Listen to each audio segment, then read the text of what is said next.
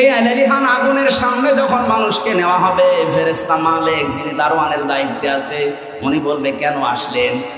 যত মানুষ এই সারির নামক জাহান্নামে যাবে তারা এক বাক্যে বলতে বাধ্য হবে যে আমরা শোনার পরে না শোনার ভান করেছিলাম আর আমাদের বিবেক আমরা কাজে লাগাইনি। তাকান তো আজ তার দিকে তাকিয়ে, আজ হাজারো মানুষ আমরা যে জানার বড় না জানার ভান করে থাকি, মানতে চাই না। বিবেক যাদের আছে, বিবেক যারা কাজে লাগান না, এরা আল্লাহর দৃষ্টিতে পশু, এমনকি পশুর চাইতে অনেক নিকৃষ্ট। জোরে বলেন নাউজুবিল্লাহ। আমি যেটা শিক্ষা দেওয়ার জন্য এতক্ষণ ঘোর ব্যাস করছি সেটা একবারে বলছি, কান খাড়া করেন। পৃথিবীর যেখানেই যান না কেন আপনাকে মুহাম্মদ রাসূলুল্লাহকে নেতা মানা লাগবে। কারণ কিয়ামতের সর্বপ্রথম একা একা ডাকার পরে দ্বিতীয় সিস্টেমে এবার আর আল্লাহ আপনাকে একা ডাকবেন না। একটু খেয়াল করেন, প্রথম বিচারের ধাপ শেষ, দ্বিতীয় ধাপে আল্লাহ আপনাকে ডাকবেন এবার একা একা না। ইয়াউমা নাদউ কুল্লা উনাসিন বিইমামিহিম। আল্লাহ পাক বলেন,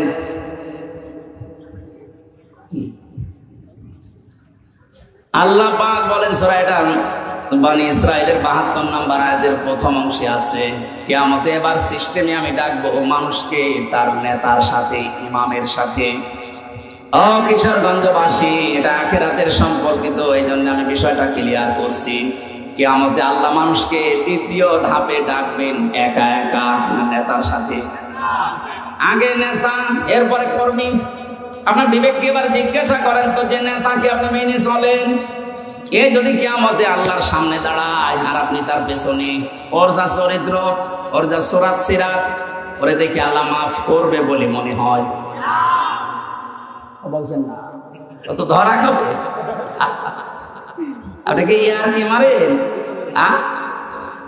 আপনি এখনই বলছেন না আমি যাকে মেনে চলি, যার পেছনে থাকি, কিয়ামতে ওর সামনে যদি আমি থাকি আল্লাহ ওরে দেখে মাফ করবেন, আপনি নিজেই বলছেন, তাহলে আপনি ধরা খাবেন না। এই জন্য শুধু ইয়াসিন পড়ে শেষ করে দিলে হচ্ছে না, এটা মানা লাগবে।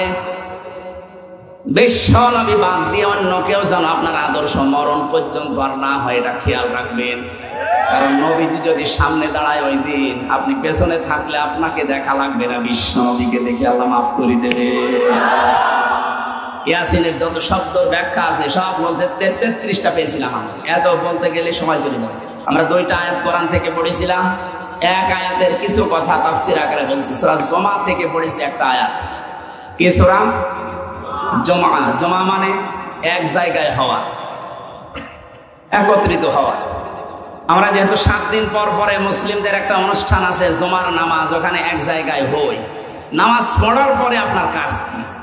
ইসলামে তো শুধু ইবাদত হিসাবে শুধু নামাজই না, নামাজ যখন শেষ হয়ে যাবে তখন আপনি আর মসজিদে বসে থাকতে পারবেন না।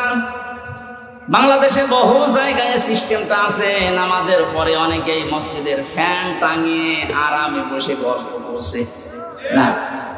কোরআনে কারীম জানাচ্ছে, ফাইদা কুদিয়াতিস সালাতু ফান্তাশিরু ফিল আরদি ওয়াবতাগু মিন ফাদলিল্লাহ।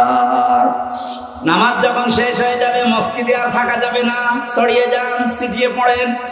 যেখানে যার কর্মজীবন আছে ওখানে হালাল রুজি উপার্জন করার জন্য চেষ্টা চালান। আমার কর্মজীবন দিনের এই ময়দানে, আমার একটা ব্যবসা আছে, ওখানে আমি যে শ্রম দেব ওইটাও নামাজের মতো ইবাদত।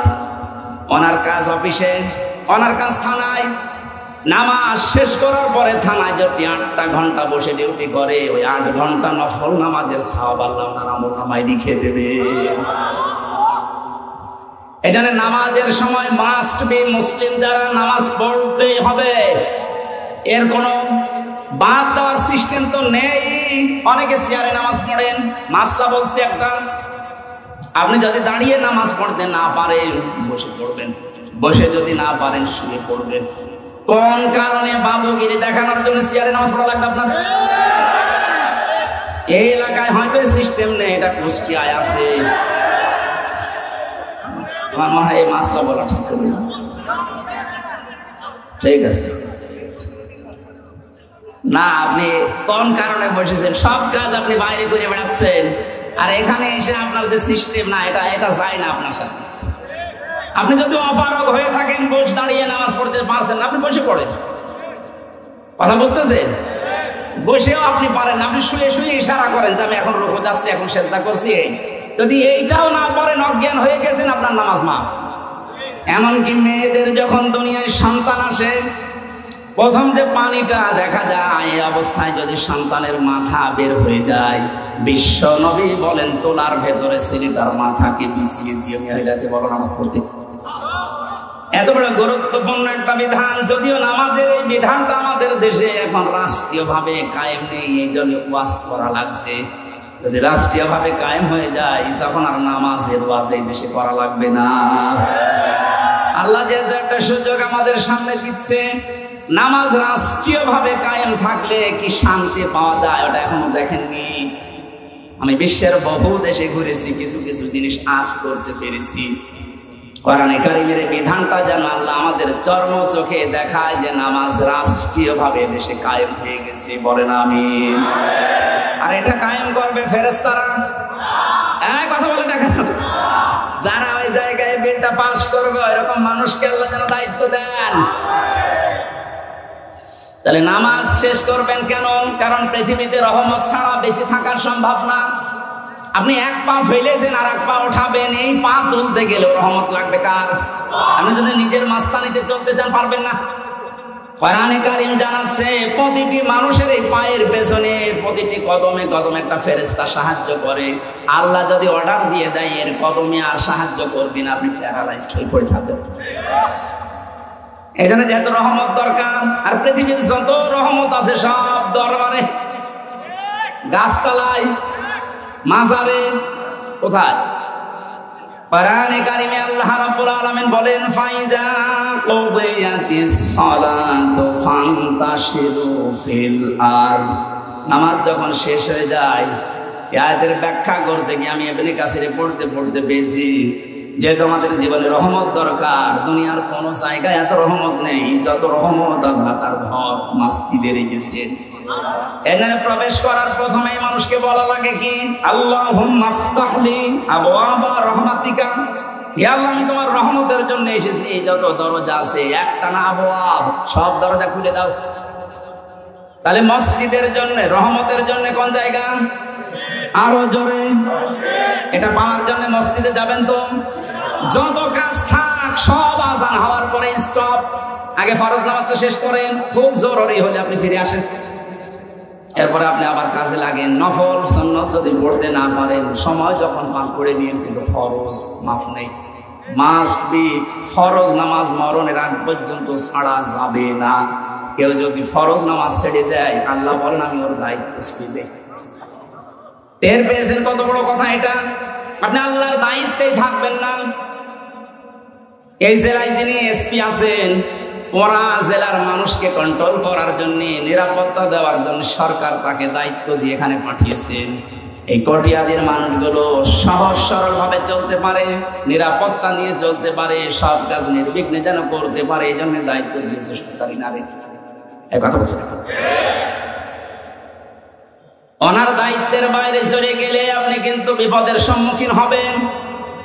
পুলিশ এখন নেই, এই জন্য আমরা এখন আতঙ্কগ্রস্ত। এটা কাটেনি। কুষ্টিয়া থেকে পর্যন্ত কাল আমি 4:30টার সময় এসে পৌঁছিয়েছি। পুলিশ যেহেতু এখন সেরকম অ্যাক্টিভ না, এই জন্য হাজারো ভয় মনের ভেতরে, না জানাবার কে গাড়ি থামায়। ওনারা যে দায়িত্বে আছে, ওই দায়িত্বের ভেতরে আপনাকে থাকা লাগবে, শান্তি, স্বস্তি, নিরাপত্তা নিয়ে থাকতে পারবেন। আল্লাহ পাক বলেন আমার রহমতের বাইরে চলে গেলে তুই 1 সেকেন্ড টিকে থাকতে পারবি না। এই জন্য রহমতের জন্য মাজারে যাবেন না মসজিদে? আরো জোরে। মসজিদে বসে থেকে কাজ শেষ তা না, নামাজ ফরজ শেষ, সুন্নত নফল মসজিদে পড়ার দরকার নেই। এই মাসলাটা মনে রাখবেন, সুন্নত নফলের জন্য বাড়ি বা যেখানে বসবাস করবেন জায়গা, কিন্তু ফরজ নামাজের জন্য পুরুষের জায়গা মসজিদ। নামাজ শেষ হওয়ার পরও বসে বসে আপনি গল্প করছেন, ফ্যান চালিয়ে দিয়েছেন, কে বিল দেবে কি আপনার বাবা নাকি? এই জন্য এটা জায়েজ নেই। যারা এগুলো করছেন এটা বন্ধ করেন। না, দিনের কোনো শিক্ষা নেওয়ার জন্য, তালিম নেওয়ার জন্য বসে আছেন সেটা আলাদা, তাছাড়া মেয়ে বিয়ে দেবেন, ধান লাগাবেন জমিতে, এই নিয়ে আপনি গল্প শুরু করেছেন নামাজের পরে মসজিদে ফ্যান ছেড়ে দিয়ে। আমার দাদা একটা গল্প বলছিল শিক্ষার জন্য।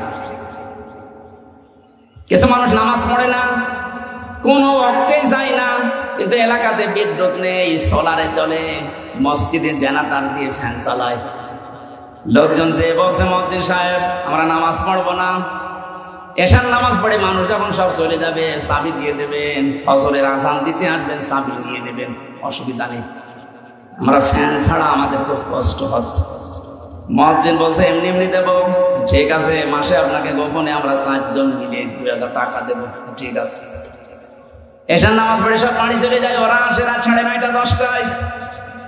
মসজিদে প্রবেশ করে মানুষ 4 জন, ফ্যান দিয়েছে 10টা। ফ্যানের নিচে যাদের ঘুমানোর অভ্যাস নেই, ওরা যদি একবার ফ্যান পায় ঘুমাবে না মরে যাবে, মরে গেছে।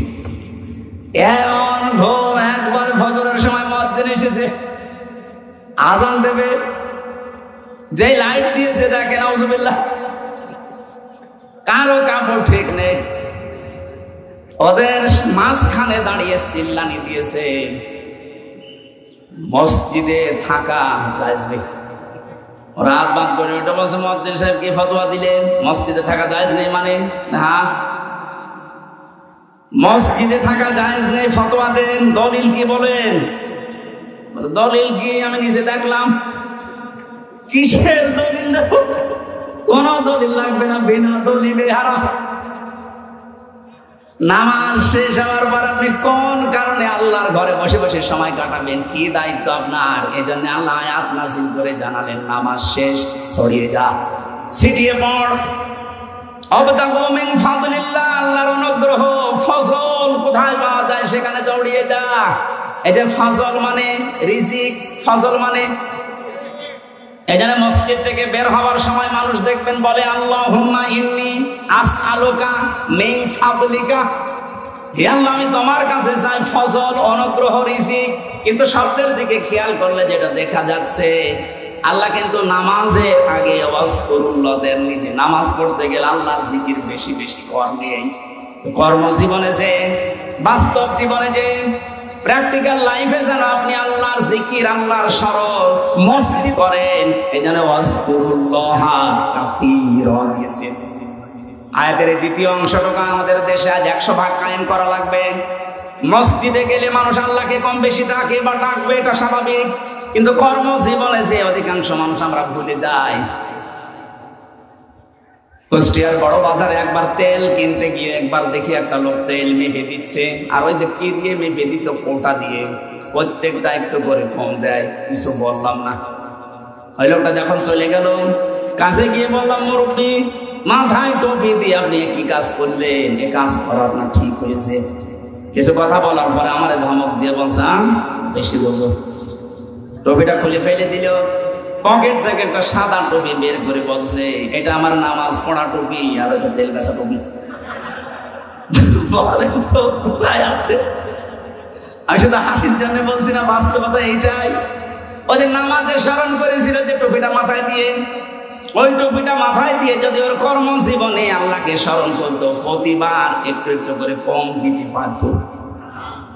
কোরআনে কারিমের জন্য জানিয়েছে ওয়াইলুল লিল মুতাফফিফিন আল্লাযীনা ইযা তালু আলান নাসি ইস্তাগফুন, ধ্বংস হয়ে যাক ওই মানুষগুলো, যেই মানুষগুলো ওজনে কম বেশি করে, নেওয়ার সময় বেশি নেয়, দেওয়ার সময় কম দেয়।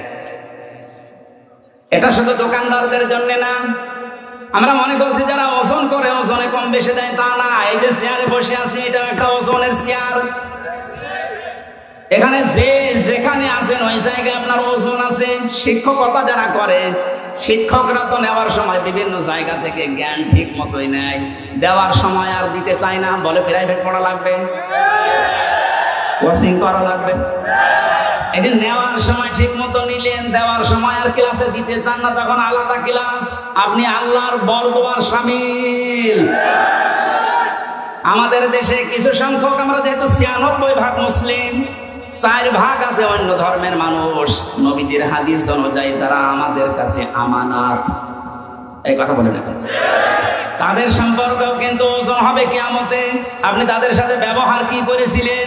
তাদের যে দায়িত্ব ওটা যদি অমুসলিম প্রতিবেশী হয়, কিয়ামতের দিনও কিন্তু আপনার দরবারে মামলা দিতে পারবে আল্লাহর দরবারে। যেহেতু ওনারা সংখ্যায় কম, আমরা অনেকে এখন ধোয়া তুলেছি যে সংখ্যালঘু না, এসব কথা বলা যায় না। কিসের সংখ্যালঘু সংখ্যাগুরু? এদেশে যারা জন্ম নেবে তারা এই দেশের নাগরিক, বৈধ। এক কথা বলুন। সুতরাং সংখ্যাগুরু বলে এদেশে কিচ্ছু নেই। একটা বিশৃঙ্খলা তৈরি করার জন্য কিছু মানুষকে দিয়ে এই কাজ ওরা করাচ্ছে। হিন্দু ভাইরা যারা আছেন, খ্রিস্টান বা অন্য বৌদ্ধ যারা আছেন এদেশে, যাদের জন্ম, আমার যেমন অধিকার আছে, আমি 96 ভাগ, তাতে কি আপনি 4 ভাগ, তাতে কি আপনার ঠিক ওই রকমই অধিকার আছে। আপনার ধর্ম আপনি 100 ভাগ নিরাপত্তা নিয়ে পালন করবেন, কোনো বাধা নেই। বাধা যে দেবে তার প্রতিহত করা ফরজ। ওনাদের সাথে ভালো ব্যবহার করো ইবাদত। আকুলু লিন-নাসি হুসনা, আল্লাহ বলেন আকুলু লিল-মুসলিমিনা হুসনা। মুসলমানের সাথে হাসি মুখে কথা বললে সওয়াব হয় না। লিন-নাস, মানুষের সাথে হাসি মুখে কথা বললে সওয়াব হয় সাদকা দেওয়ার। হিন্দু কি মানুষ না? খ্রিস্টান মানুষ না? এজন্য ওনাদের সাথে মানুষের মতো আচরণ করা লাগবে। এটা একটা ইবাদত, এটা কর্মজীবনে যে এটার একটা কর্ম।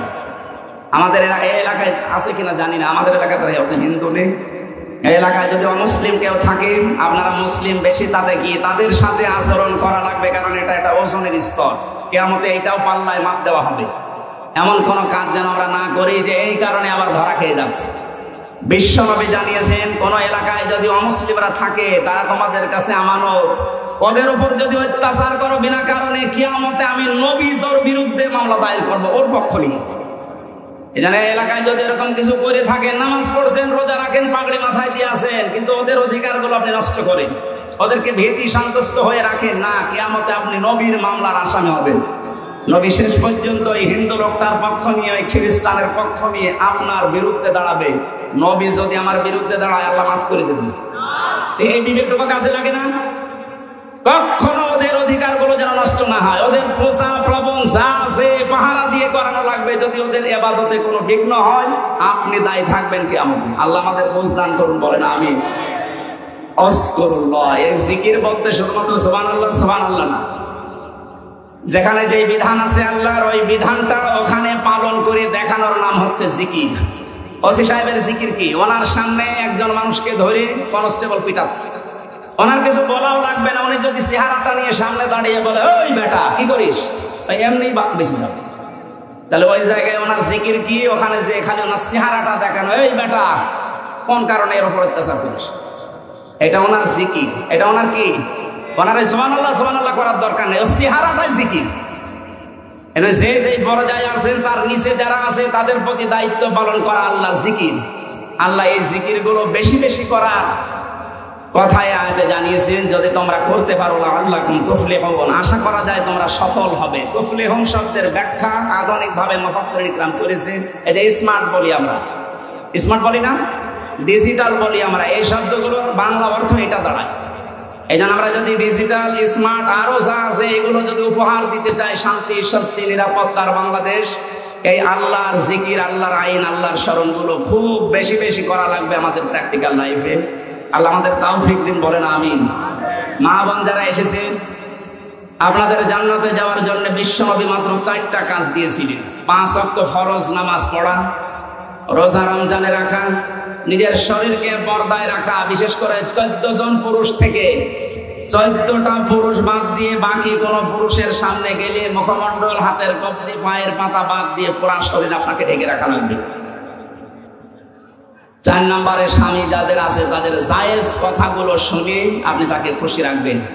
জান্নাতের 8টা দরজা আপনার জন্য খোলা থাকবে, যে কোনো দরজা দিয়ে আপনি প্রবেশ করতে পারবেন। আল্লাহ আমাদের তৌফিক দিন। কোরআনওয়ালা লোক যারা, এই মানুষগুলোকে নবীজি তুলনা দিয়েছেন, এরা আল্লাহর পরিবারের এবং খাস, মানে কোরআনের জন্য যারা পাগল হয়ে এদিনের বেলা হাজারো কাজ বাদ দিয়ে এই ময়দানে আসা মন মানসিকতা এবং সুযোগ করে দিলেন, বলছে আলহামদুলিল্লাহ। দরুদ আর সালাম পড়ছি আমাদের নবী মুহাম্মদ রাসূলুল্লাহ সাল্লাল্লাহু আলাইহি ওয়াসাল্লামের প্রতি। কোরআনে কারিমে আল্লাহ তাকে বিশেষ করে 7টা নামে ডাক দিয়েছে। আরো নাম আছে, আমি প্রতিটি কথার ভেতর থেকে শিক্ষা বের করি, এই জন্য এই শব্দগুলো নিয়ে আসতেছি। আমরা শুধু শোনার জন্য এসেছি আর বলার জন্য বলে চলে যাচ্ছি, এই জন্য না, আমরা এখান থেকে কিছু নিয়ে বাড়ি যেতে চাই। অনেক শিক্ষিত মানুষ এখানে বসে আছেন, আমি চেষ্টা করব প্রত্যেকের খোরাকি দেওয়ার। বিশ্ববিদ্যালয়ে যারা ক্লাস নিত দেখতাম, সামনে যারা আছে ওরা সবাই এক মানে ৮০-৮২ জন ছাত্র ছাত্রী, যারা সবাই এক মানে, কিন্তু এখানে তো আর ওই রকম না। এটাও একটা ক্লাস চলছে, ক্লাস হয় ৪৫ মিনিট, আমরা আর একটু বেশি করে ১ ঘন্টা ক্লাস করব, কিন্তু এই ক্লাসের ছাত্রের মান তো এক একটা এক এক রকম। এখানে এমনও লোক আছে ইশারা দিলে বসে, আর একজন আছে একবার বলতে বসে, এমনও মানুষ বসে আছে ওরা পিটাবেন তাও বুঝবে না। আমরা যেন ওইরকম হয়ে না যায়। আপনারা কিশোরগঞ্জ এলাকার মানুষের, এমনিতে রাষ্ট্রপতি এলাকার মানুষ, জ্ঞানী মানুষ আপনারা, আমরা ইশারা দেব কোরআনে কারিম দিয়ে, আমরা যেন আল্লাহর পক্ষ থেকে আজকের এই মাহফিলটা তিনি যেন হেদায়েতের সারিয়া বানিয়ে দেন, বলেন আমিন। আল্লাহ রাব্বুল আলামিন কোরআনে কারিমে ৭টি নাম ধরে নবীজিকে স্পেশাল ভাবে ডাক দিয়েছেন। তার ১ নম্বরে ইয়াসিন। আল্লাহ বলেন, হে নেতা, আমি খেয়াল করার জন্য বলছি, এদিকে তাকান, ক্লাস চলছে। ইয়া হরফে নেতা, ইয়া মানে হে, সিন মানে সাজ্জেদ, বাংলা অর্থ হচ্ছে নেতা। এই শব্দটা শুনলে অনেকে রাজনীতি মনে করে, অনেকে দুনিয়ার সাথে মিলিয়ে দেয়, এটা আখিরাতের সাথে সম্পর্ক। নয়তো আল্লাহ কোরআনে ইয়াসিন বলে ডাক দিতেন।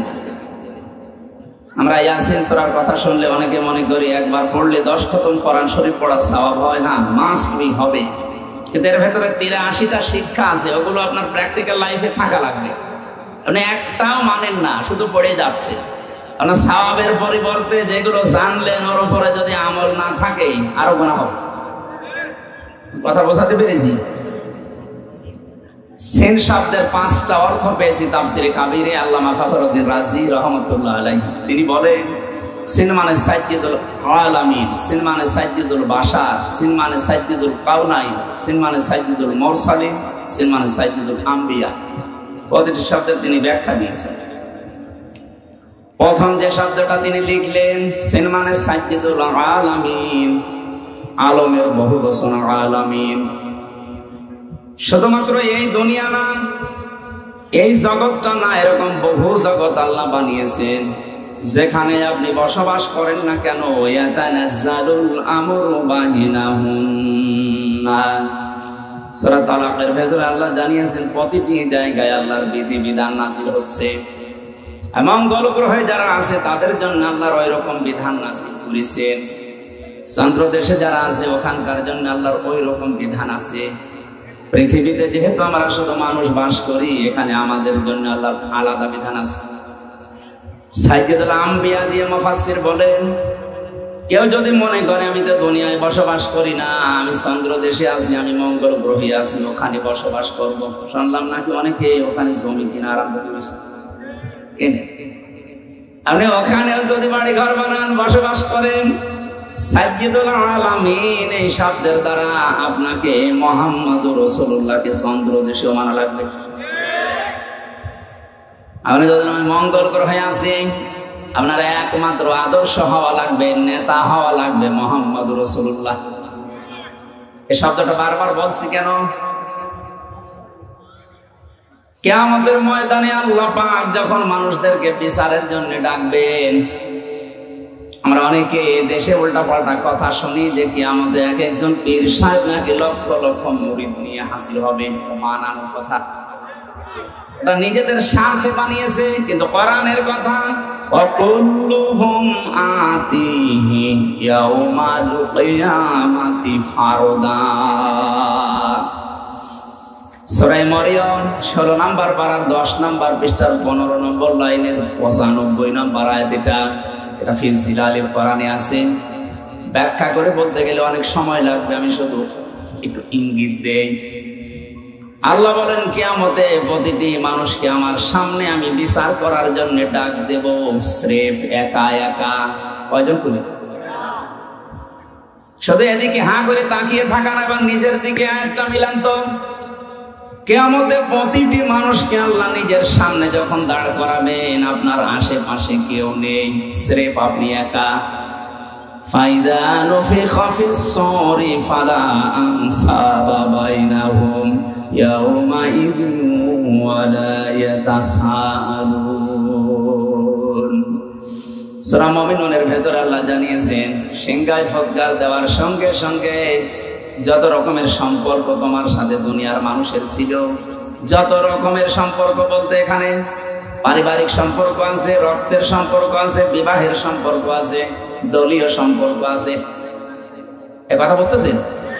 পৃথিবীর যত রকমের সম্পর্ক আপনার সাথে মানুষের ছিল সব কাট হয়ে যাবে। এমনকি কিয়ামতে কেউ কাউকে দেখলে পরিচয় দেওয়া দূরের কথা, আগে পালাবে।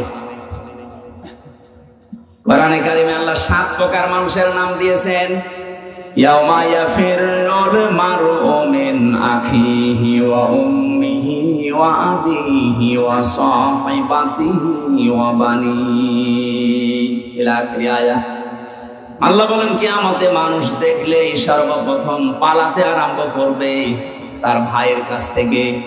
প্রশ্ন আসতে পারে, পৃথিবীতে ভাইয়ের চাইতে আপনজন আছে মা? মায়ের নাম আল্লাহ কেন দিলেন না প্রথমে? জবাব দিয়েছেন মুফাসসিরিন ইকরামে ভাবেন, পৃথিবীতে আপনি যদি অন্য কোনো জায়গায় গন্ডগোল করেন, যদি দোষ আপনারও থাকে, ভাইয়ের কাছে আসলে দেখবেন দোষ আপনার। এমন অনেক ভাই আছে নিজের ভাইয়ের দোষ জানার পরও প্রতিপক্ষকে মারার জন্য উদ্যোগ নেয়। আর ভরসা যেহেতু ভাইয়ের উপরে ছিল, এটা নাহলে ভাইয়ের নামটা আগে দিয়েছে। ইয়াফিরু এ শব্দের শাব্দিক অর্থ হচ্ছে মাজা তুলে দৌড় দেওয়া। সাপে তাড়লে মানুষ যেভাবে দৌড়ায়, বাঘে তাড়া দিলে যেভাবে দৌড়ায়, পুলিশ দেখলে যেভাবে দৌড়াতাম, এখন আর দৌড়ানো লাগবে না, এখন ওনারা আমাদের বন্ধু। গত কয়েকদিন আগে যশোরের এসপি সাহেব ঘোষণা দিয়েছে, পুলিশের এই চাকরি আমি জান্নাতে যাওয়ার মাধ্যম হিসাবে গ্রহণ করেছি। ওনার এই কথাটাকে 100% সাপোর্ট করছে যারা প্রশাসনে আছে। যদি এই নিয়ত নিয়ে কাজ করে, যতক্ষণ দায়িত্বে আছে, আমি যতটুকু খোঁজ খবর জানি, আমার দুলাভাইও তো আছে, এদের যে ডিউটি কোনো শেষ নেই, 24 ঘন্টায় ডিউটি। তাহলে পুরা 24 ঘন্টায় ইবাদত হবে যদি ওনার ওই মন নিয়ে কাজ করে। আল্লাহ প্রশাসনকে ওইভাবে পাল্টিয়ে যাওয়ার তৌফিক যেন দান করেন। দুষ্ট লোকের কারণে এই বিভাগটার উপরে আজ মানুষের ক্ষোভ। যাদের জন্য এই করুণ অবস্থা, তারা কিন্তু সব গর্তের ভেতরে পা দিয়েছে। তারা তো দায় নিল না। হাজারো এই নিচে যারা আছে এখন কান্নাকাটি করে যে আমরা এখন করবো কি? আমার বাড়ির নিচতলা একটা পুলিশ ছিল, ওদের কোথায় গেছে আল্লাহ হাজার, এত ভয় ছিল। 5 তারিখে বিকালে লোকজন এসে বলছে ওনারা বের করে দিন, মেরে ফেলবো। মেরে ফেলবো না, আমি নিচতলায় এসে নেমে দেখি যে না, আমরা তালা মারা, কেউ নেই, সব আল্লাহ রাস্তায় চলে গেছে। এই অবস্থার সৃষ্টির জন্য যে এই কয়টা মানুষ দায়ী, এই কয়টা মানুষের বিচার করা দরকার।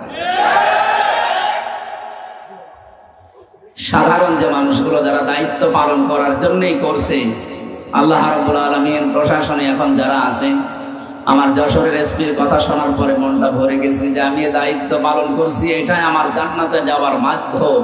এই কথাটা কত উপরের কথা আপনি চিন্তা করেছেন? এখানে মানুষ যখন দৌড়ায় কোনো কিছু দেখলে খুব বেশি জোরে ফোর্সে মাজা তুলে দৌড়ে দেওয়া, বাংলায় পরে খেচ্ছে দৌড়। আল্লাহ বলেন এইভাবে দৌড়াবে। সর্বপ্রথম ভাইয়ের কাছ থেকে, মায়ের কাছ থেকে, বাবার কাছ থেকে, স্ত্রীর কাছ থেকে, সন্তানের কাছ থেকে, বন্ধুর কাছ থেকে, নেতার কাছ থেকে। এই যে যতগুলো মানুষের নাম সিরিয়ালে বললাম, মাথায় যদি মগজ থাকে ভাবেন তো দুনিয়ায় বিপদে পড়লে মানুষ এদের কাছে সিরিয়ালে আগে যায়। কথা বলে ঠিক কিনা? আর কোরআন যেহেতু আমরা 100% বিশ্বাস করি, কোরআন জানাচ্ছে যে আগে পালাবে।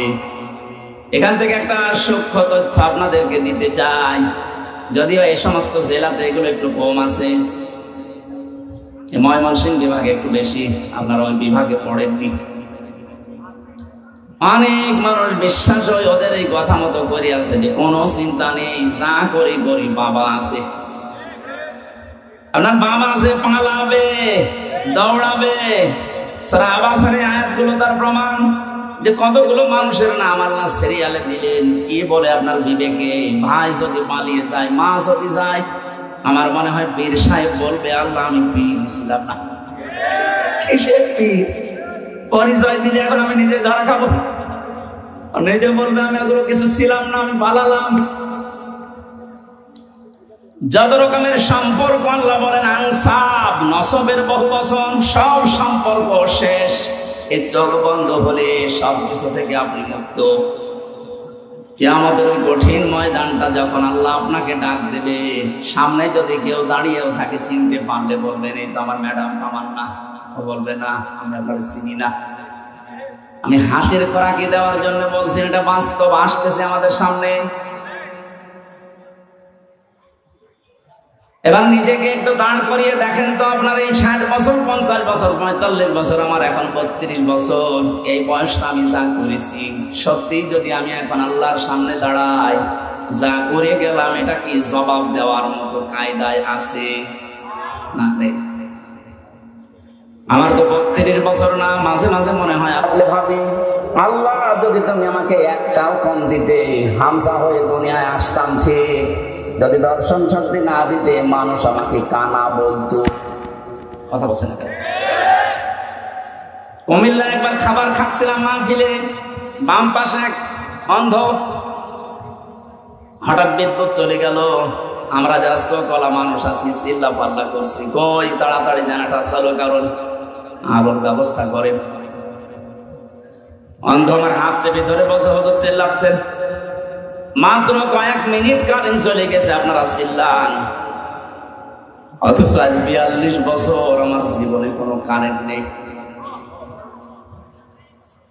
42টা বছর হয়ে গেল দুনিয়ায়, আমার কারেন্ট কি এটা আমি জানি না।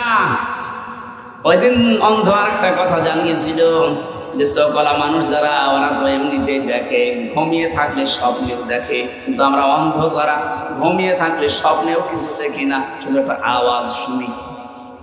আপনি ওর জায়গায় নিজেকে দাঁড় করিয়ে বলেন তো, আপনি কি পেয়েছেন জীবনে? কিছুই যদি না পেয়ে থাকেন, শুধু চোখ দুইটার কারণে সেজদা দেওয়া যায়। কথা বলে না কেন? জামাত ইসলামের যিনি আমির এখন ডাক্তার শফিকুর রহমান, ওনার সাথে জেলখানায় আমি ছিলাম, এক রুমে দেখেছি মাঝে মাঝে উনি সেজদা দিত শুধু এইটার দিকে তাকিয়ে। বুড়া মানুষ, মুরব্বী মানুষ, 65 বছরের বয়স, সারাদিন আদালতে থাকার পরে যখন আসতেন রাত 8টা, 8:30, 9টায়, কিছুক্ষণ নামাজ আদায় করার পরে সেজদা করে দিতেন। এক সেজদায় 45 মিনিট, 1 ঘন্টা, 1.5 ঘন্টা পড়িয়াছে। আমি যুবক মানুষ, এশার নামাজ পড়ে ঘুমিয়ে দেয় 2 ঘন্টা, 2.5 ঘন্টা পরে ঘুম ভেঙে দেখি পড়িয়াছে সেজদায়। কি স্যার সেজদা দিচ্ছেন? হামজা, যে চোখ দুইটা আল্লাহ দিয়েছে, নিয়ামত যদি সারা রাত ও সেজদায় থাকি, আদায় হবে না।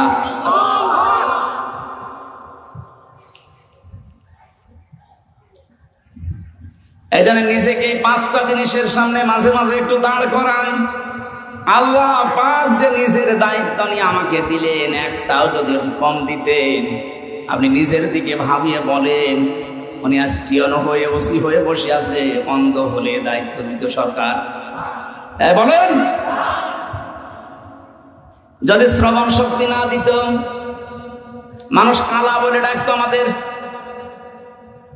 এখানে কাবা ঘর তাওয়াফ করার সময় 6ষ্ঠ চক্কর, এটা আল্লাহকে বলা হচ্ছে, মাবুদ আমাকে তুমি নেই থেকে পর্যন্ত সব দিবে, কিন্তু তুমি তো আমার মালিক, তুমি তো কিছু পাও আমার কাছে বান্দা হিসাবে, আমি গোলাম হিসাবে তোমারে কিচ্ছু দিতে পারি নাই। তবে একটা জিনিস আমার কাছে আছে, আমি তোমার বান্দা, তোমার নাম যে গফফার, এই কারণে তুমি আমারে মাফ করে দাও। কিয়ামতের ময়দানে এই জন্য আল্লাহ যেহেতু প্রথমে আপনাকে স্রেফ একা ডাকবেন, আমি তো 2-3 দিনের হিসাবে মিলাতে পারলাম না, কেউ পারবেন না, এই জন্য আপনি দাঁড়াবেন। কিয়ামতের বিচার ব্যবস্থায় যে 3টা সিস্টেম চালু হবে, আল্লাহ যদি কারো জন্য ন্যায় বিচার করে, কেউ জান্নাত পাবে না।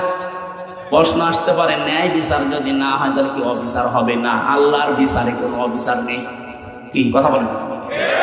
আল্লাহর বিচারের সিস্টেমে কোনো অবিচার, বলেন বলেন, ন্যায় বিচার করলে আমরা কেউ আল্লাহর বানানো জান্নাতে যেতে পারবো না।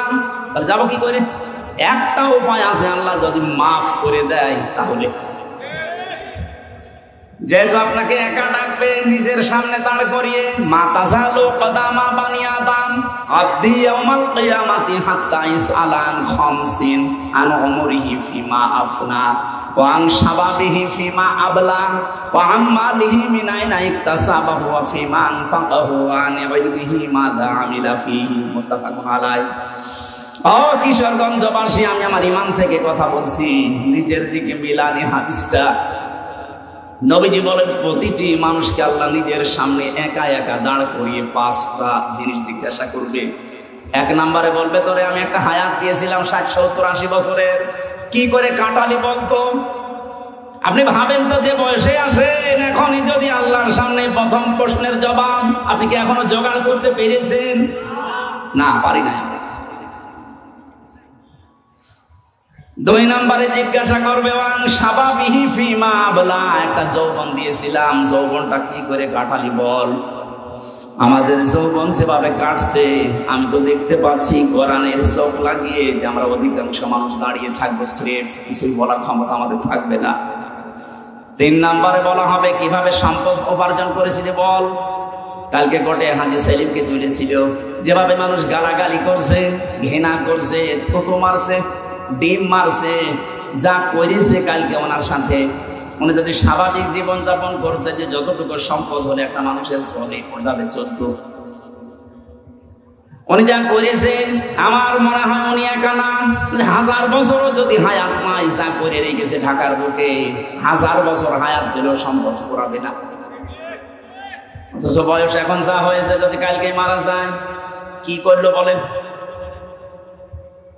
যে পুলিশগুলো আমার সাথে পেছনে পেছনে যাচ্ছিল, বলছে হুজুর আমাদের মতো বেতন পেয়ে হালাল রুজি উপার্জন করে যদি এই লোকটা এত সম্পদ কামাতে হতো তো কিয়ামত হয়ে গেল, এ সম্পদের মালিক হওয়া সম্ভব ছিল না। আসলে বাস্তবতা এই, আপনি কি করে এত টাকার মালিক হন? আপনি বলেন তো কি করে এত টাকার মালিক হওয়া যায়? 15 বছরে কত টাকা আছে আপনি নিজেই জানেন না। একটা দরবেশের দেখলাম 36,000 কোটি টাকা ঋণ। এটা দরবেশের যদি এই হয়, দরবেশ বাদ দিয়ে যারা আছে তাদের কি আছে? সম্পদ যা উপার্জন করছেন বৈধ টাকাকে খেয়াল করেন। একটা মানুষের চলতে কত টাকা লাগে। এটা কিছুক্ষণ আগে আমরা সবাই খাবার খেয়ে আসলাম, যে বাড়িতে হয়তো কম বেশি সবাই খেয়েছি পেট পুড়িয়ে। এখন যদি কেউ রাজভোগ সামনে এনে দেয়, আমাদের যে এখন অবস্থা, 1 কেজি বলে যে 20,000 টাকা কি 2,000 টাকা কেজি এই মিষ্টিটা আপনি খান, আমার তো মনে হয় এখানে আপনার কারো খাওয়া সম্ভব না। এই তো আমাদের জীবন। 2,000 টাকা কেজি মিষ্টি পড়ে আছে, এখন আর খাওয়া সম্ভব না, কারণ আমার পেটে আর জায়গা নেই। কার জন্য আপনি কি করে যাচ্ছেন, কোন পথটা দিয়ে সম্পদ আসছে একটু হিসাবও করেন না। এই হিসাবটা নেই, এই জন্য আমরা বেপরোয়া হয়ে চলছি। এটা যত বেশি মানুষের ভেতরে টেন্ডেন্সি তৈরি হবে, না সম্পদ আমার কিভাবে আসে কিভাবে যায়, এইটা যদি হিসাব করে চলে, এই দেশে দুর্নীতি মুক্ত হতে 41 সাল লাগবে না, 41 ঘন্টা সেন্স শুধু দরকার। খলিফাতুল মুসলিমিন হযরত আবু বকর আমিরুল মুমিনিন, তিনিও তো আমাদের এদেশে যারা দায়িত্বে আছে এরকম রাষ্ট্রপ্রধান ছিলেন।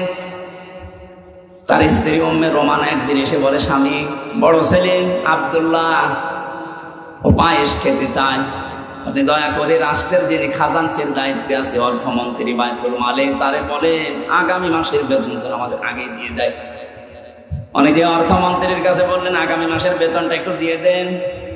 মন্ত্রীও বানিয়েছিল ওই রকম, ডাক দিয়ে বলে, খলিফা আপনি আগামী মাস পর্যন্ত বেতন চান, আগামী 1 মাস বেঁচে থাকবেন, ওইটা একটু লিখে দেন। অনেক বলছে ঠিক আছে আমার বেতন লাগবে না। বাড়িতে যে স্ত্রীকে শুনিয়েছে যে এটা বলেছিলাম আমাকেই শুনিয়েছে। স্ত্রীরা আমাদের বড় মতো উল্টো পাল্টা না, স্ত্রী ওই রকম 15 দিন পরে কথাবার্তা আর কিছু বলে না, ঠিক আছে আর চাহিদা নেই। 15 দিন পরে ঠিক উনি খাবারটা তৈরি করেছে, সামনে দেওয়ার পরে বলছে কোথায় পেলে? স্ত্রী বলছে, স্বামী আপনি ভুল বুঝবেন না, আপনাকে আমি বলেছিলাম আপনি পারেননি, অপারগতা দেখিয়েছেন, আমি জেনে শুনে একটা কাজ করেছিলাম। ওই দিন থেকে 15 দিনে প্রতিদিনে 1 মুঠ করে চাল, গম, আটা, চাই বলে তুলে রাখতাম। এই 15 দিনে প্রায় 2 কেজি বেশি হয়ে গেছে। এইটা বিক্রি করে আজ আমি সন্তানের চাহিদা পূরণ করতে এটা বানিয়েছি। এটা হারাম কোনো কিছু মিশ্রিত নেই। হযরত আবু বকর বললেন, সন্তান তাড়াতাড়ি খেয়ে নাও। খাবার শেষ করে চলে গেলেন অর্থমন্ত্রীর কাছে।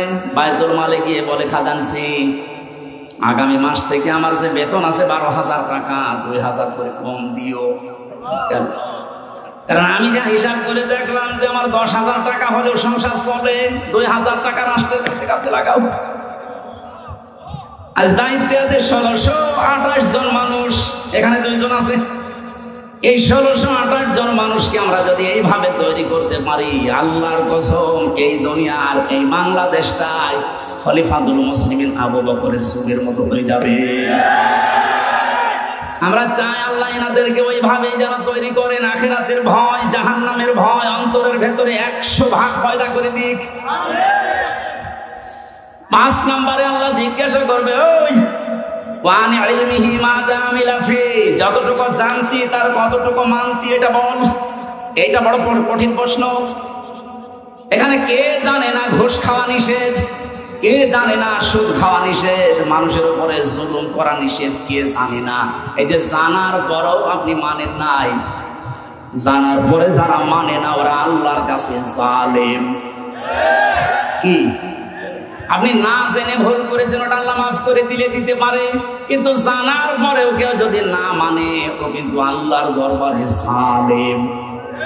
জালেমের যতগুলো আয়াত আল্লাহ কোরআনে দিয়েছে আমার কাছে ভয়ঙ্কর মনে হয় সূরা শূরার 42 নম্বর আয়াতটা, ইন্নামাস সাবিলু আলাল্লাযীনা ইয়াযলিমুনান নাস ইলা আখির আয়াত। সূরা শূরা 42 নম্বর আয়াত, 25 নম্বর পারার 6 নম্বর পৃষ্ঠার 13 নম্বর লাইনে আছে। এটা ইবনে কাসিরে আছে তাফসিরে। আল্লাহ পাক বলেন, আমি নিজে কেস করব, মামলা দেব তাদের বিরুদ্ধে যারা মানুষ হয়ে মানুষের উপরে জুলুম করে। এই আয়াতটা পড়ার পরে আমার মনে হয় বাংলাদেশে আমরা হাজারো মানুষ আল্লাহর মামলার আসামি। পুলিশের কাছে এখন বাধা দিয়ে দেখেন, কালকে এই মামলা পাবেন, পুলিশ বাদী কেস হবে। কথা বলছেন না? যারা মানুষ হয়ে মানুষের উপরে এতদিন জুলুম করেছেন, এখনো করছেন, এখনো জুলুম বন্ধ হয়নি, এখনো জুলুম চলছে। এটা বিনা কারণে 5 তারিখের পর থেকে বিনা কারণে যাদের বাড়ি ঘরে আগুন লাগিয়েছেন, যারা দোষ করে নাই, যাদের ব্যবসা প্রতিষ্ঠান ভাঙচুর করেছেন, আত্মসাৎ করেছেন তাদের সম্পদ, এটাও জুলুম। এটা জুলুম না? এই জুলুমগুলো যারা করেছেন আপনি কিন্তু সরোয়ার সাহেবের আসামি হবেন না, হামজার আসামি না, আপনি আল্লাহর মামলার আসামি। বাদী যত বড় হয় কেস কিন্তু তত ঝামেলা। আমার বাদী যদি কোনো সলিমতি হইতো 3 বছর আমার জেলে থাকা লাগতো না। বাদী যে দোষার আসলে রাষ্ট্র ছিল, এখানে 32 বার মামলা ওঠার পরও জামিন হয়নি। অথচ গতকালকে আমার সব মামলা বিচারক ঘিসমিস করে দিয়েছে। উনি তো ছিলেন 3 বছর, দিতে পারে নাই, হাত বাঁধা, ওপরের নির্দেশ আসা লাগবে। যারা নির্দেশ দেবে তারা যেহেতু এখন নেই, উনি এখন ফ্রি, মামলা হইলো কোনো মাল ম্যাটারেস নেই, যা কালকে সব ফেলে আমরা একেবারে বেগুন সব খালাস করে দিয়েছি। অথচ লোকটা তো একই 5 তারিখের আগ পর্যন্ত ওই মামলা ছিল। আমি হাজিরাও দিয়ে গেলাম 5 তারিখের আগে। মাত্র এই কয়েকদিনের ভেতরে পুরা উল্টিয়ে বসে। কি আমি মনে করলাম, প্রশ্ন করি, স্যার আপনি তো এখানে ছিলেন, মাল ম্যাটারেস কিছু নেই এর ভেতরে, আপনি এর আগে দেখেননি? এখন হয়তো জিজ্ঞাসা করতে পারবো, হুজুর কিছু করার নেই, হাত বাঁধা ছিল, এখন হাত খোলা আছে। ন্যায় বিচার উনি চেষ্টা করেছে। আমার জন্য কালকে ওনার অফিসে দোয়া করেছি। জজ মজিবুর রহমান যতটুকু শুনেছে আদালত পাড়ায় যে উনি ন্যায় বিচার করার জন্য সাদাকে সাদা, কালোকে কালো, উনি 100 বার চেষ্টা করতেন। এই কঠিন সময়ও আল্লাহ যেন ওনাকে মঞ্জিলে মকসুদে পৌঁছিয়ে দেন। জয় বলেন আমিন।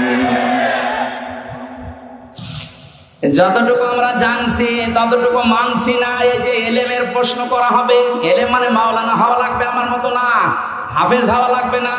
যে যতটুকু জানেন ওই জ্ঞান অনুযায়ী, বিবেক অনুযায়ী যদি কেউ কাজ না করেন, সে জাহান্নামে সাঈর নামক একটা দরজা আছে, সেখানে আল্লাহ তাকে প্রবেশ করাবে।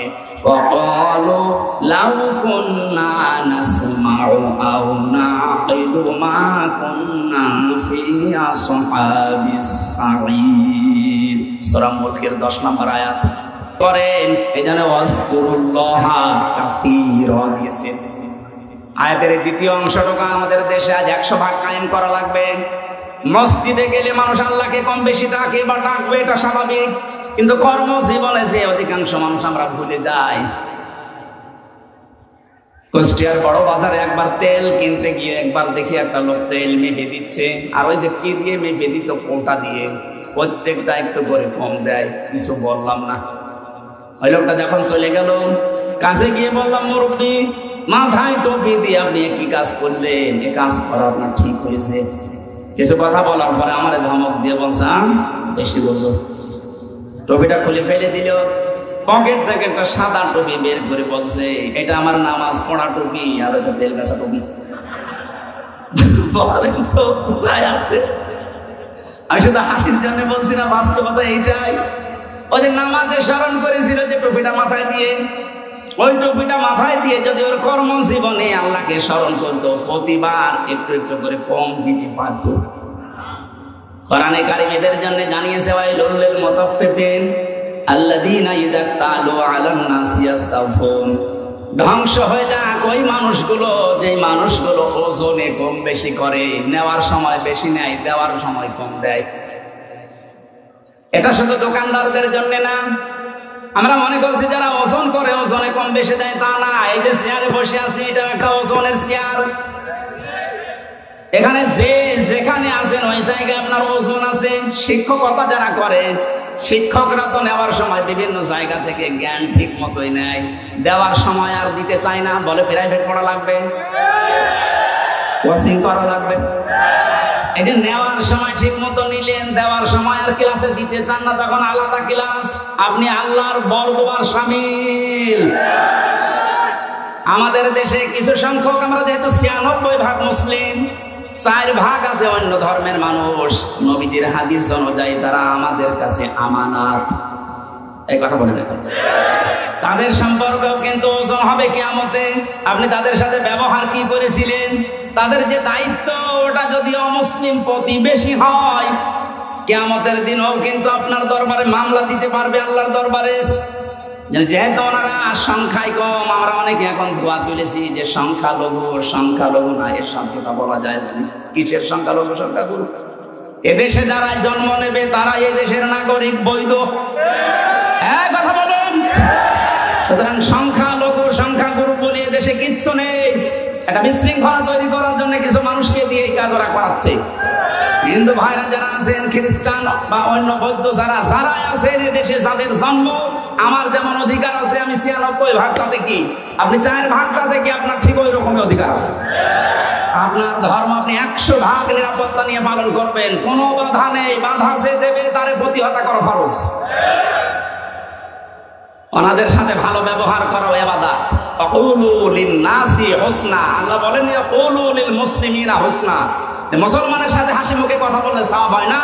লিন-নাস, মানুষের সাথে হাসি মুখে কথা বললে সওয়াব হয় সাদকা দেওয়ার। হিন্দু কি মানুষ না? খ্রিস্টান মানুষ না? এজন্য ওনাদের সাথে মানুষের মতো আচরণ করা লাগবে। এটা একটা ইবাদত, এটা কর্মজীবনে এটার একটা কর্ম। আমাদের এলাকায় আছে কিনা জানি না, আমাদের এলাকায় তারা হিন্দু নেই। এই এলাকায় যদি অমুসলিম কেউ থাকে, আপনারা মুসলিম বেশি, তাতে কি তাদের সাথে আচরণ করা লাগবে, কারণ এটা একটা ওজনের স্তর। কিয়ামতে এইটাও পাল্লায় মাপ দেওয়া হবে। এমন কোন কাজ যেন আমরা না করি যে এই কারণে আবার ধরা খেয়ে যাচ্ছে। বিশ্বনবী জানিয়েছেন, কোন এলাকায় যদি অমুসলিমরা থাকে, তারা তোমাদের কাছে আমানত। ওদের উপর যদি অত্যাচার করো বিনা কারণে, কিয়ামতে আমি নবী তোর বিরুদ্ধে মামলা দায়ের করবো, ওর পক্ষ নিয়ে।